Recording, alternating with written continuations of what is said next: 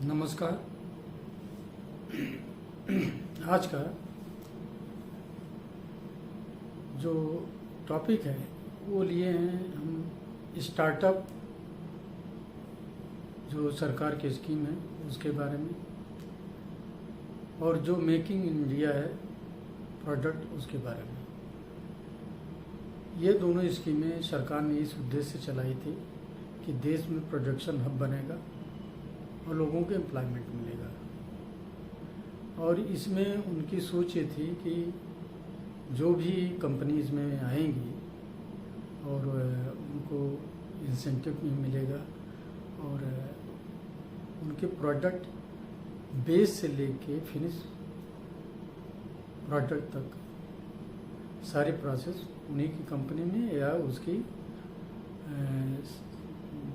System जो भी company होगी वो उसमें बनेगी। विदेश से कोई सामान उसमें नहीं लगेगा, ये अवॉइड किया जाएगा। लेकिन इस स्टार्टअप में और मेकिंग इंडिया में हुआ क्या? हुआ ये कि आपको एक एग्जांपल लेते हैं। जो फ़ोन है, वीवो है और यूनी का है, ये सारे जितनी कंपनी हैं इस समय इंडिया में फ़ोन बना रही हैं, ये सब उसी स्कीम में चल रही थी और इन्होंने अपना सारा बेनिफिट भी लिया। और प्रोडक्ट इनका असेंबल करने के लिए इंडिया में चाइना से आता था। ये इंपोर्ट करते थे, असेंबल करते थे और बाहर भेज देते थे या इंडिया में बेचते हैं। तो जो बाहर भेजते थे उस पर इनकी जो अर्निंग होती थी, प्रॉफिट, वो 5 साल तक 100% उस प्रॉफिट पे कोई टैक्स नहीं लगता था, इनकम टैक्स से एग्जम्प्ट था। अगले 5 साल में 50% प्रॉफिट एग्जम्प्ट होता है। तो देखा गया कि ये लोग एग्जम्पशन तो ले रहे हैं, सब कुछ ले रहे हैं, लेकिन सारी चीज़ें, उनके कंपोनेंट लूज में इंपोर्ट करके यहाँ असेंबल कर रहे हैं। असेंबलिंग सेंटर बन गया इंडिया, मेक इन इंडिया की जगह असेंबलिंग सेंटर बना दिया गया। सरकार ने इस पे जांच, शिकायतें आई, जांच हुई, तो कई एजेंसियों पे, कई कंपनियों में, एप्पल वगैरह पे और सब में जो इस तरीके की स्कीम का फ़ायदा ले रहे थे उनके अगेंस्ट मतलब हज़ारों करोड़ में घपले का केस बना और आया और उसके वसूली के लिए नोटिस भी गए। लेकिन इसमें जो एक मेन चीज़ आता है, सरकार के इरादे तो साफ है, लेकिन इम्प्लीमेंटिंग अथॉरिटी जो है वो सही नहीं है। जब ये सब हो रहा था तो क्या हमारे यहाँ का जो इंपोर्ट देखता है कि माल क्या आ रहा है और इनको लाइसेंस किस प्रोडक्ट के लिए मिला हुआ है मेक इन इंडिया में, ये क्यों ला रहे हैं, इस पर टैक्स लगना चाहिए नहीं लगते, क्योंकि अगर रॉ मटेरियल मंगाते हैं तो उस पर टैक्स नहीं होगा, लेकिन फिनिश मंगा रहे हैं तो टैक्स लगना चाहिए। लेकिन वो मेक इन इंडिया के तहत इंपोर्ट हो रहा है, असेंबल हो रहा है और चला जा रहा है। तो उसमें बहुत सारे लूपहोल्स थे जिसको फ़ायदा उठाए और लोग अपने धंधे कर रहे हैं। ऐसे स्टार्टअप में था। अब स्टार्टअप में आप देखें, भारत में एक कोरियर सर्विस हैं, स्विगी और सारी बहुत सारे चल रही हैं। ये स्टार्टअप में ही इनके काम शुरू हुए, लेकिन आज की डेट में इन्होंने इंडिया को दिया क्या? क्वालिटी कौन सी दी? केवल डिलीवरी बॉय दे दिए और वो काम कर रहे हैं। इनकी जो क्वालिटी होती, जो ये डिलीवरी करते हैं, ये इनकी क्वालिटी भी नहीं होती, क्योंकि क्वालिटी कंट्रोल उस वहाँ से नहीं है जहाँ से इनको डिलीवरी मिलती है। वो लिए और इनको दिए, वो घर पे डिलीवर करके आया और खुल गया पैकेट, तो उसकी जिम्मेदारी जिसने डिलीवरी ली है, जो यूजर है। इनका कोई रोल नहीं है, आप खोजते रहे कहाँ गए। तो इस तरीके के स्टार्टअप में एक तरफ क्या हो रहा है कि ये जो स्टोर जगह जगह बनाए जा रहे हैं, और वहाँ से डायरेक्ट डिलीवरी हो रही है, उन स्टोरों पे कोई चेकिंग नहीं है, न क्वालिटी की न खाद कंट्रोल विभाग की कोई नहीं है। तो वो क्या कर रहे हैं कि दूसरी तरफ जो हमारे छोटे छोटे दुकानदार थे, जिनके ऊपर लाइसेंस ले रखे हैं, जिनकी क्वालिटी भी है, लोग जाते हैं, देख के आइटम लेते हैं और तब अपने घर आते हैं। अगर कमी होती तो यूज करने के बाद जो बचा हो तो उसे भी रिप्लेस कर लेते हैं। इस फैसिलिटी को पैक्ड फैसिलिटी में डालकर स्टार्टअप के थ्रू ये गोरख धंधा शुरू हुआ, जिसमें हमारे केंद्रीय मंत्री पीयूष गोयल जी ने भी क्वेश्चन उठाया था। और आप उसमें देखेंगे जो स्टार्टअप के मालिक हैं उन लोगों ने बड़ी उनकी ऊपर आक्रामक अपनी गतिविधियां दिखाई। लेकिन सच्चाई है कि स्टार्टअप के सहारे बड़ी बड़ी कंपनियां आईं और छोटे छोटे बिजनेसमैनों के बिजनेस ख़त्म करती चली जा रही हैं। एम्प्लॉयमेंट नहीं दे रही, एम्प्लॉयमेंट हजम कर रही हैं और क्वालिटी नहीं दे रही हैं, क्वालिटी मनमानी अपने हिसाब से जनता में परोस रही हैं। तो ऐसे स्टार्टअप को चेक कैसे किया जाए और उनके लगाम कैसे लगाई जाए कि जनता को एक अच्छा प्रोडक्ट मिले और जो एम्प्लॉयमेंट ख़त्म हो रहा है वो कैसे अपनी जगह इंटैक्ट हो। मतलब जो छोटी छोटी दुकानें हैं जिनसे उनकी रोजी रोटी चल रही है, वो मालिक अभी बन के एक रोजी रोटी अपनी दुकान के थ्रू चला रहे हैं। अगर यही रहा तो वो भूखमरी के कगार पे आ जाएंगे और उनके पास कोई अपना रोजगार नहीं होगा। ये स्वरोजगार जो चल रहा था ये ख़त्म हो जाएगा। केवल स्टार्टअप में डिलीवरी बॉय के रूप में या डिलीवरी ओल्ड मैन के रूप में वो लोग वहाँ काम करेंगे, ये स्थिति हो जाएगी। तो इससे कैसे बचे जनता, इसके लिए हमारे नेताओं को सोचना चाहिए और इस पर खुले मंच पे बहस होनी चाहिए। क्योंकि जब पीयूष गोयल जी माननीय मंत्री जी ने इस पे क्वेश्चन उठाया तो जरूर इसके पीछे कुछ रीजन है, कारण तो है। उस कारण को अगर इस तरीके से दबाया जा रहा है तो बहुत गलत है और जनता को इसे जानने का अधिकार है। इसे ज़्यादा से ज़्यादा जनता में ले जाएं कि जो छोटे उद्योग हैं उनको प्रोटेक्शन कैसे मिले बड़े उद्योगों से, क्योंकि छोटे उद्योग के बगैर सर्वाइवल कमज़ोर लोग और जो तकनीकी रूप से सक्षम हैं उनका बड़ा मुश्किल होता है। बहुत सारे तकनीकी रूप से सक्षम हैं लेकिन एजुकेशनली वो नहीं है सक्षम, तो उनको कहीं नौकरी भी नहीं मिल सकती और कहीं उन्हें जो है कोई महत्व पद भी नहीं मिल सकता। ऐसे में उनका जो उनकी सक्षमता है, जो उनकी ज्ञान है, वो अपने छोटे से उद्योग में, अपने हैंडक्राफ्ट में, अपने स्वरोजगार में वो लागू करके अपना रोजगार चलाते हैं और जनता उनके प्रोडक्ट को लेती भी है क्योंकि उसमें क्वालिटी होती है। तो इस रोजगार को समाप्त होते देख के सरकार को चुप नहीं रहना चाहिए, उसका अल्टरनेट पता करना चाहिए और इनको प्रोटेक्शन देना चाहिए। जो भी बड़े प्लेयर आ रहे हैं इस मार्केट में सब्जी बेचने और गेहूं चावल दाल बेचने, इनके ऊपर एक लिमिट लगनी चाहिए कि किस लेवल तक बेचेंगे और इनके रेट और छोटे दुकानदारों के रेट में बड़ा अंतर होता है। एक दिन आप मार्केट में जाके सर्वे करिए तो आपको पता चलेगा कि उनका रेट आसमान छूता है और छोटे छोटे दुकानदार निगोशिएट पे अपने रेट को कम करते हुए बेचते हैं और लागत, जबकि उसमें कई एम्प्लॉयमेंट जुड़ा हुआ है। किसान से निकलता है वो जाता है आड़त में, आड़त वाले लेके उसको फिर आगे बढ़ाते हैं, फिर वो आगे से होते हुए दुकानों पे आता है। मतलब 3-4 स्टेप में एम्प्लॉयमेंट क्रिएट होता है। जबकि बड़े उद्योग वाले कहते हैं कि मैं डायरेक्ट इसको ले रहा हूँ किसान से और डायरेक्ट आपके सामने बेच रहा हूँ अपने स्टोर में। तो बीच के बिचौलिए भी गायब हो गए, लेकिन दाम क्यों बढ़ के चल रहा है, यहाँ सोचने की बात है। ये बिचौलिए गायब करने के बाद दाम भी बढ़ जाता है, क्वालिटी भी नहीं रहती है और अगर कोई शिकायत करे तो उसका कोई सुनने वाला भी नहीं होता। तो ऐसी सिचुएशन देश में अगर क्रिएट हो रही है तो ये सोचनी है।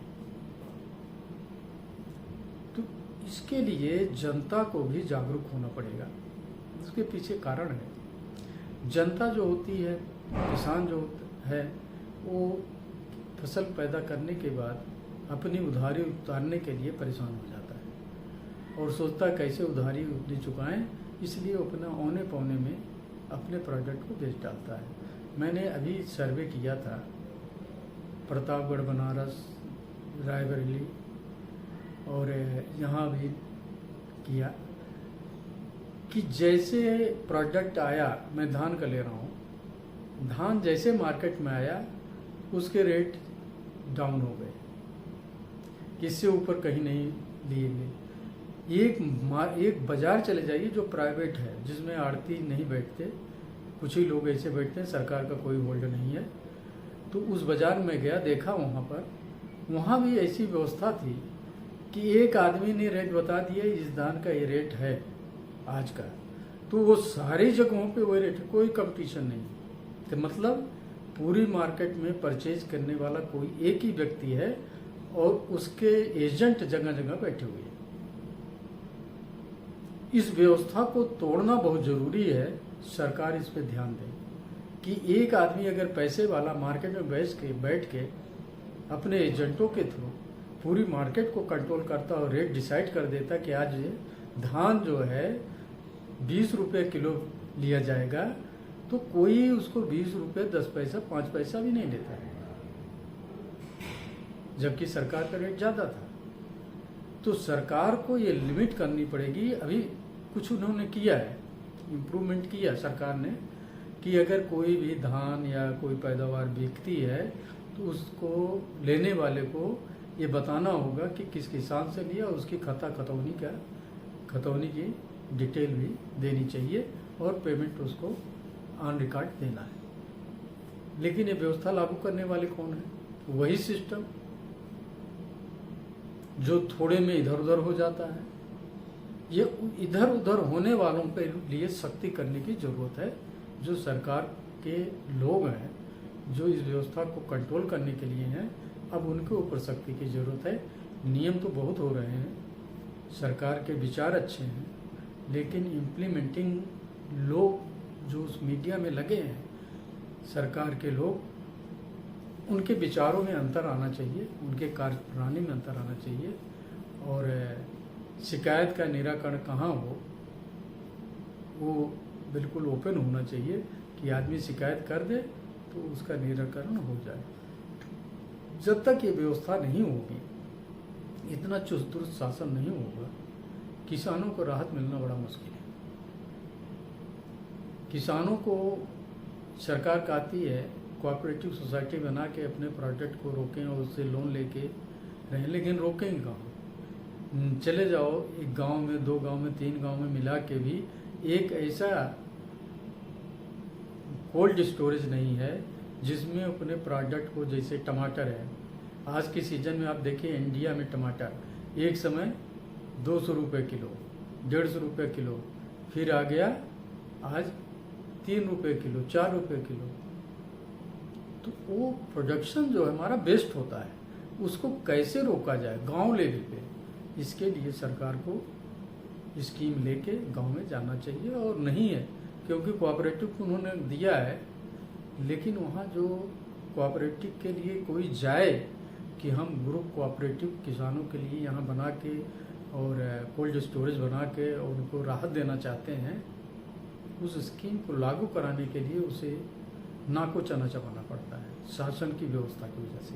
इस व्यवस्था को ठीक करना पड़ेगा कि गांव में जो भी बने, जो भी किसान पैदा करता है, अगर वो सड़ने लायक है तुरंत, तो वो अपने प्रोडक्ट को रोक सके और उस कोल्ड स्टोरेज में रख सके। ऐसे बहुत सारे प्रोडक्ट हैं, सारे लोग जानते हैं आजकल कि उनका स्टोरेज बहुत ज़रूरी है क्वालिटी कंट्रोल के लिए और उनको सड़ने से बचाने के लिए, और उन्हें लंबे टाइम तक रोका भी जा सकता है। जब उनकी ज़रूरत हो तब वो बाज़ार में आए तो रेट भी नहीं बढ़ेगा और किसानों को दाम भी मिलेगा, 2 रुपये 1 रुपये की जगह उन्हें अपना उचित दाम भी मिलेगा, चाहे आलू हो, चाहे टमाटर हो, चाहे भिंडी हो, चाहे बैगन हो, चाहे हरी मिर्च हो, कुछ भी हो। लेकिन जब तक इस लेवल पे सरकार व्यवस्थाएं नहीं करती तब तक किसानों का उत्थान संभव नहीं है। उनका इसी तरीके से शोषण होगा कि जब अपने पूरे ट्रैक्टर में लाद के सामान को आएंगे, टमाटर को लाएंगे, आम को लाएंगे या तरबूज खरबूज जो भी हैं जिनका रुकने के चांस नहीं होते, हरी सब्जियां लाएंगे, तो आड़ती उसके दाम अपने हिसाब से तय करते हैं, क्योंकि वो भी माफिया है। एक तरीके से जो भी हमारे मार्केट हैं आड़त की बड़ी बड़ी, वो सब इकट्ठे होके एक ही रेट वो भी डिसाइड करते हैं कि ये रेट देना है, बस इससे आगे नहीं देना है। या तो किसान वहाँ उनको उस पर दे दे, या तो परेशान होके उसको फेंक के चला जाए। ये घटनाएं भी, अभी टमाटर लाया था किसान यहीं साहिबा बाजार में, वो फेंक के चला गया। तो ऐसी चीज़ें क्यों हो रही हैं, इसके ऊपर ध्यान देने की ज़रूरत है। किसानों की मांग तो कुछ ठीक है, लेकिन कुछ उनकी मांग जो है सरकार नहीं समझ रही, वो अलग है, उस पर कोई टिप्पणी करने की ज़रूरत नहीं है। लेकिन किसानों के प्रोडक्ट को प्रिजर्व करने का अधिकार किसानों को मिलना चाहिए और सरकार उसका अरेंजमेंट करे, उसकी व्यवस्था करे। ये सरकार की सोचने की ज़रूरत है और इम्प्लीमेंट करने की ज़रूरत है। ये जब तक नहीं होता, देश आत्मनिर्भर इन सारी चीज़ों में नहीं होगा। इसी तरीके से अब स्टार्टअप भी ऐसे है। अगर देश के सारे स्टार्टअप और मेक इन इंडिया वाले अपने प्रोडक्ट को रॉ मटेरियल से लेके फिनिश तक नहीं प्रोडक्शन करते, तो कहीं कंपटीशन में नहीं है, कुछ नहीं है, केवल देश के पैसे को एक तरीके से साइफन करने का काम करते हैं। मैंने एक आध एग्जाम्पल मैं दे रहा हूँ कि चाइना में एक इसका हार्डवेयर है कंप्यूटर का, वो बनता है, वो बना चाइना में, उसका दाम मान लीजिए 10 रुपये है, तो हमारे जो इंपोर्ट करने वाले हैं उसके दाम को 100 रुपये वहाँ से प्राइसिंग करा के आते हैं और फिर वो भुगतान उनको देते हैं 100 रुपये के हिसाब से। टैक्स यहाँ एग्जम्प्ट है, काफ़ी चीज़ों पे एग्जम्पशन है।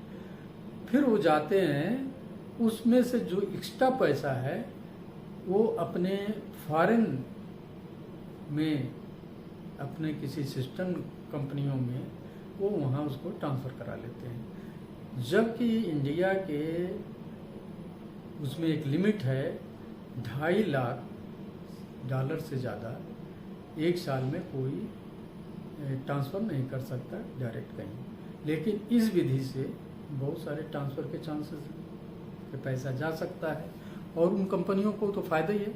उन्होंने अपने बनाए प्रोडक्ट का पैसा भी ले लिया, ऊपर से इसमें मार्जिन ले लिया, और जिन्होंने किया उनको सरकार से इंसेंटिव भी मिल गया और फिर उसी को बाहर भेज दिया और उसमें जो फ़ायदा आया उसमें इनकम टैक्स में 100% छूट ले लिए।